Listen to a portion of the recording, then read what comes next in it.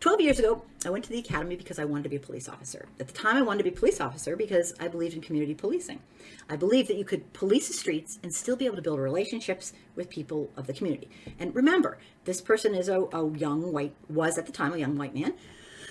I wanted to help people, and I got permission to read it, by the way. I wanted to help people and improve their lives. And sure, I wanted to go after the bad guys who preyed on the vulnerable and keep peace on the streets. That's what a peace officer does. I remember my first week at the academy. I was so excited to begin my career. I had zero experience, but I figured some agency would get a hold of me and mold me into the police officer that I was to become. I remember on my first day, it was basically an introduction day. We all asked they asked everybody why we wanted to become police. I gave an honest answer. I said, I wanted to help people and make a difference. Can you imagine a proud white young man saying that?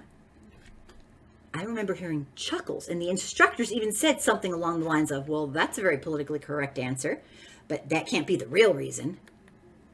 Other people answered with things like, I like driving fast. I want to ride Code 3 and get in car chases. I want to be on the SWAT team. I'm an adrenaline junkie. Apparently, those were more appropriate answers than the one I gave. They didn't train us on community policing.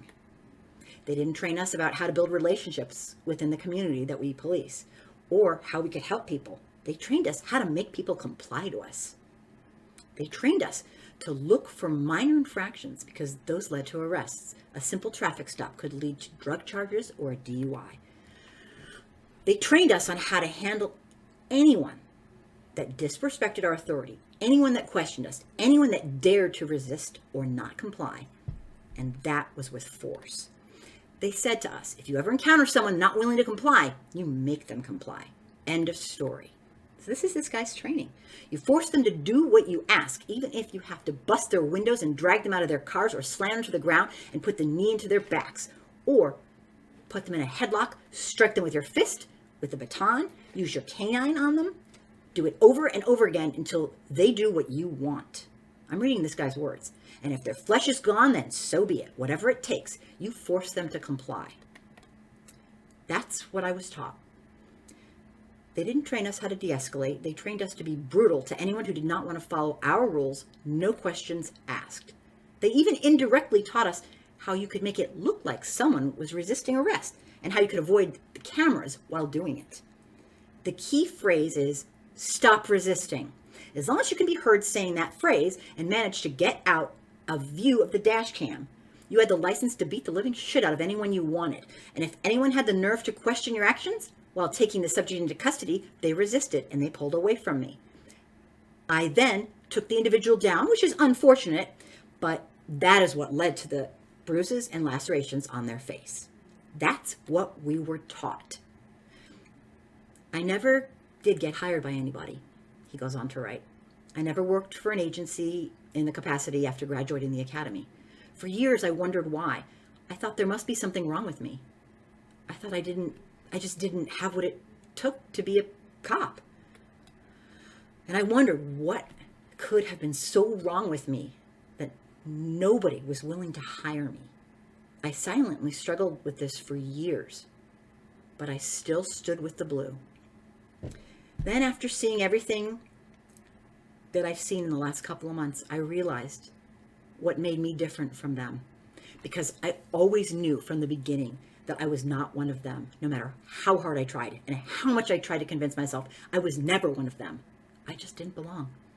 But I found my answer after witnessing the murder of George Floyd and witnessing countless cases of excessive use of force against peaceful protesters that followed.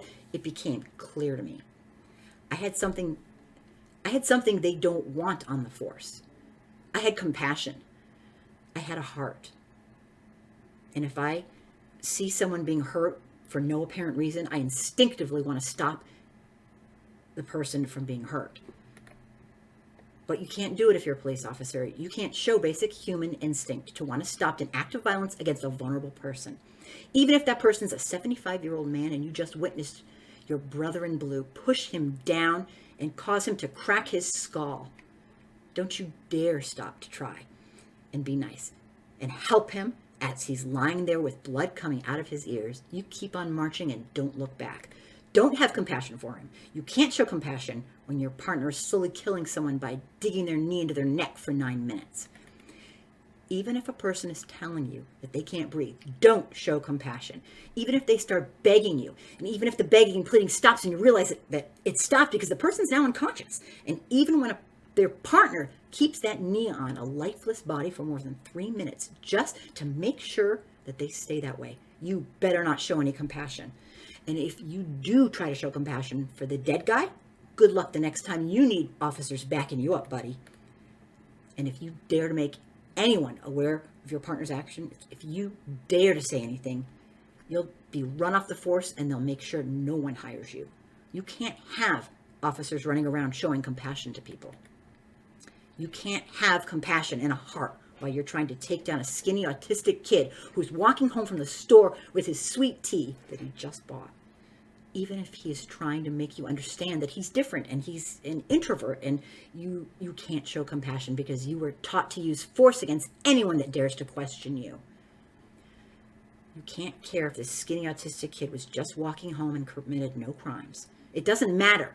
You asked him to do something and he's not cooperating with you fast enough. So you have to force him to comply at all cost, even if it takes a chokehold until he stops moving, even if it takes the use of a horse tranquilizer to put that skinny autistic kid to sleep because he committed the crime of questioning an officer about why he was being stopped in the first place. Who cares if the kid dies? You were just doing your job. So I am not one of them. They didn't want someone like me on their force, and now I understand why. They have a type they want. They want bullies, not the person that I was trying, not a person that was trying to stop bullies like I was trying to do. This isn't a bad apple. This is what officers are taught to be like. They're taught to be brutal and to take down anyone who disrespects them and anyone who dares to question their authority. The system is rotten to the core and even the so-called good officers are rotten because they stand back and watch all this happen. Those officers don't try to stop brutality from happening because if they did, they'd be run off the force. They turn their head to it all, which in my opinion is worse than the act itself. This is their culture. It's a culture of brutality, and it's taught from the very beginning. That's about as rotten as you can get, and it all needs to be blown up and dismantled. Dismantle it all and get every last one of them out there. Start from scratch. There's only one way to get real community policing. That's the only way we'll ever get real community policing. And this guy wrote all that. He was obviously a young white man who didn't know.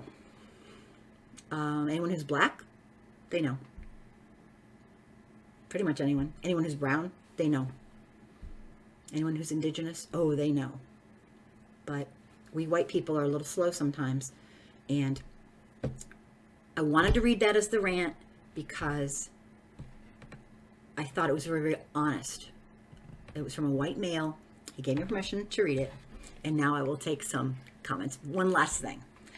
At the end of the edit, he said, wow, I didn't expect all the love and support. Thank you to everybody. Some of this I had buried way deep down for a decade and had only come out. It had only come out today. My own wife doesn't know some of this.